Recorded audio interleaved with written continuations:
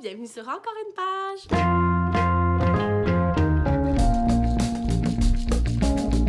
Aujourd'hui, on se retrouve pour mon point lecture du mois de janvier 2023. Au mois de janvier, ça a été un mois quand même assez occupé. J'ai été deux fins de semaine à Québec dans ma belle famille. On a organisé aussi un souper sushi pour mes parents. C'était comme leur cadeau de Noël. Fait qu'un autre samedi soir où je suis pas tranquille chez moi. Et on est en recherche active de maison. Donc ça aussi, ça occupe plusieurs soirées. Et j'ai eu une promotion au travail que je commence au mois de février. Donc vraiment, un pas pire mois au niveau de mon train de vie, là, de toutes les activités. Mais j'ai quand même réussi à faire 1, 2, 3, 4, 5, 6 lectures. C'est pas des grosses lectures, mais quand même, je suis fière de moi. Il y en a 2 qui feront pas partie de ce point lecture parce que je suis en train de vous préparer une vidéo. Donc, il s'agit de Quiet Girl in a Noisy World de Debbie Tong et aussi Frankenstein de Mary W. Shelley. Donc, ces 2 livres-là vont être couverts à un autre moment sur ma chaîne. En fait, j'ai juste un roman et 3 BD à vous présenter. Fait qu'on va commencer avec les bandes dessinées. La première bande dessinée que j'ai lue, c'est le 4e tome de la série Mimose et Sam, la saison des collations. C'est de Caton et si je me trompe pas, c'est publié chez Comme des géants, me semble. Donc, je l'ai pas avec moi parce que je l'ai lu en librairie. Dans une des fins de semaine qu'on est allé à Québec, j'allais voir une amie qui habite vraiment dans le Vieux-Québec et puis on avait un événement en soirée, mais on avait comme un petit 1 heure à tuer. Fait qu'on est allé se promener sur la rue Saint-Jean. Puis, en tout cas, là, je me rappelle pas si c'est la bonne rue, mais je crois que oui. On est allé à la librairie Pantoute. Puis là, je bouquinais, je regardais un peu les livres. Et j'ai eu le temps de lire le 4e tome de Mimose et Sam.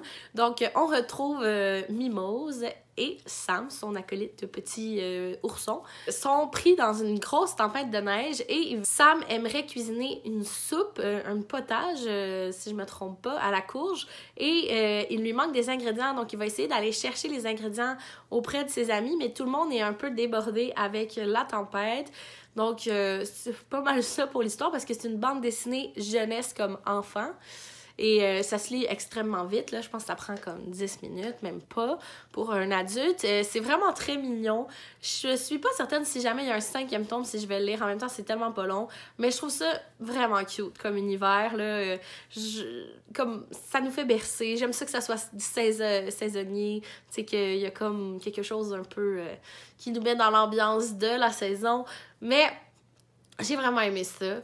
Mais ça reste très court, puis c'est pas mal public cible, donc ça a été comme un 3.5, mais c'est un bel univers, Mimose et Sam. Fait que si jamais c'est une petite série jeunesse que vous avez envie de découvrir, ben je vous conseille vraiment de plonger et d'essayer de mettre la main sur le 4e tome parce qu'il est super chouette. Ensuite de ça, j'ai lu encore une autre bande dessinée jeunesse saisonnière qui est Sous les arbres de Dave. Et ça, c'est le 2e tome, Le frisson de l'hiver, et c'est publié chez les éditions de La Gouttière. Donc, à l'automne, j'avais lu L'automne de Monsieur Grumpf. Et ici, ben, on est avec le petit renard, dont j'ai oublié le nom. Un petit renard qui se promène avec son foulard et il n'arrête pas de se prendre les pieds et de se faire mal.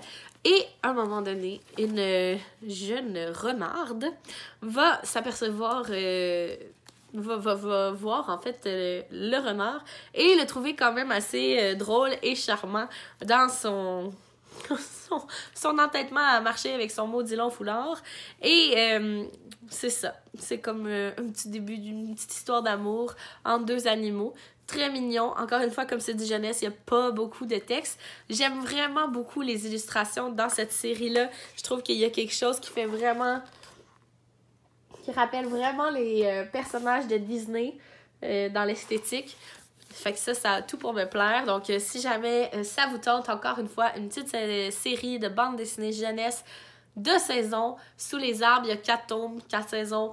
Et c'est vraiment ça se lit bien, c'est vraiment cute, ça met dans l'ambiance. Prochaine bande dessinée que j'ai lue, c'est la bande dessinée Perdue dans le futur, le premier tome, La tempête de Damien et Alex Fuentes. Et c'est publié chez Dupuis.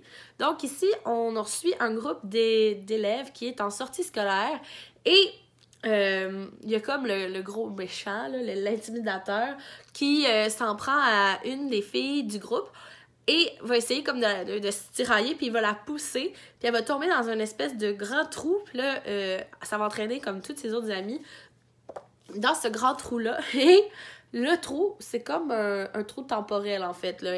Ils vont se retrouver dans le futur, dans un village qui a appartenu au... je pense que c'est à l'ordre des Templiers, en tout cas, une affaire comme ça, là, les chevaliers...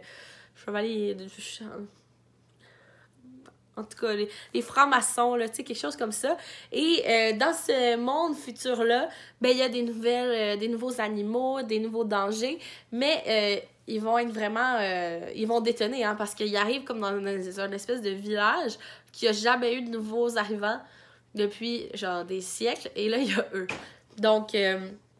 c'est quand même vraiment drôle comme histoire.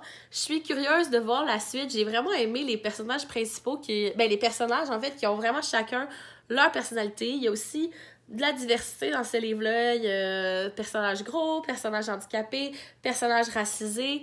Ça, c'est vraiment bien. Toute la BD est en couleur. Donc ça, c'est toujours apprécié, je trouve. Surtout... quand ça dure plus de 100 pages, c'est le fun d'avoir de la couleur. Mais voilà, pour moi, ça a été comme un... genre 3.75 sur 5 parce que j'ai quand même oublié un peu, puis ça fait pas si longtemps que je l'ai lu. Fait que je dirais que ça perd un peu de points. Mais sinon, je suis vraiment curieuse de voir la suite. Fait que ça se peut qu'on ait le droit à un deuxième tome cette année pour cette série-là. Fait que je me rappelle pas si Sous les arbres, je vous avais dit combien j'aimais. Mais ça, c'est comme aussi un 3.5 sur 5. Ici, c'est un 3.75. Mais c'était correct. C'était bien. On arrive déjà au roman. Et là, mon copain a vraiment scrappé mon livre en essayant d'arroser les plantes. Il a arrosé le livre. Mais c'est le premier livre de la série des orphelins Baudelaire. Ah, c'est pas trop pire à l'écran. Mais ne vous méprenez pas, c'est vraiment scrap. Le premier tome s'appelle Né sous une mauvaise étoile, c'est de Lemony Snicket, mais c'est pas son vrai nom. Donc, mon projet pour 2023, c'est de relire la série dans son entièreté. Donc, au mois de janvier, j'ai commencé par le premier tome, où on découvre Violette, Klaus et Prunille Baudelaire sur une plage en train de jeter des galets dans l'eau. Et là, il y a une grande silhouette qui s'avance vers eux, qui est celle de Monsieur Pau, le banquier, qui leur apprend que leur maison a brûlé et leurs parents sont décédés. Ils sont donc orphelins et ils vont être confiés à un parent qui s'appelle le comte Olaf.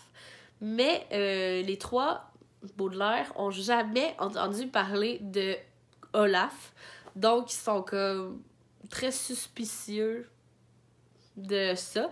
Et aussi, ben, ils sont en deuil, hein, quand même. Ils viennent de perdre leur maison et leurs parents. Mais je dois dire que le deuil est vraiment très peu présent dans le premier tome. On est à quelques jours, semaines suite à l'événement. Donc, je dirais que c'est plus de l'adaptation qui est ici. Mais le comte Olaf, on revient au comte Olaf, c'est vraiment un personnage exécrable. Moi, je l'adore, par exemple. C'est un méchant que je trouve très complexe. Mais dans le premier tome, on n'a pas le temps de voir sa complexité. Le comte Olaf, c'est un grand fouette avec qui est pas très joli. Il a le crâne tout dégarni. Il a un tatou d'œil à la cheville. Et il est vraiment pas gentil. C'est un acteur. Il se prend pour un autre. Il parle avec... il se donne des airs, là, un peu. Et lui, il habite dans une espèce de maison tout délabrée avec une grande tour. Puis il va leur donner une chambre, même pas de lit, pour les trois. C'est tout poussiéreux. Il leur donne des longues listes de tâches. Il faut que les enfants fassent le ménage, la cuisine. C'est comme s'il s'est pris, en fait, des employés plus que des enfants. Et son but, au comte Olaf, c'est d'avoir la fortune des Baudelaire. Mais ce qu'ils pensaient pouvoir avoir juste en les adoptant, mais c'est pas comme ça que ça fonctionne. Les parents ont pas laissé d'argent aux tuteurs, mais bien aux enfants.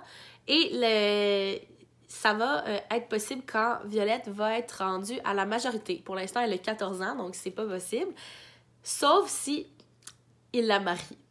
Donc, le compte Olaf va avoir un peu ce plan-là. Là, c'est sûr que dans les prochaines vidéos, si je vous parle des prochains tomes des Baudelaire, ça va être des spoilers, hein, parce que là, c'est le premier tome, mais c'est vraiment, ils appellent ça... Ah, c'est le funeste destin des Baudelaire, mais la série, elle a été republiée, puis je pense que là, à ce moment-là, c'est les désastreuses aventures des orphelins Baudelaire. Mais c'est vraiment comme des aventures à chaque roman. Ils changent de tuteur ou d'endroit où vivre, et là, il y a toujours des mésaventures là, à cause du conte Olaf.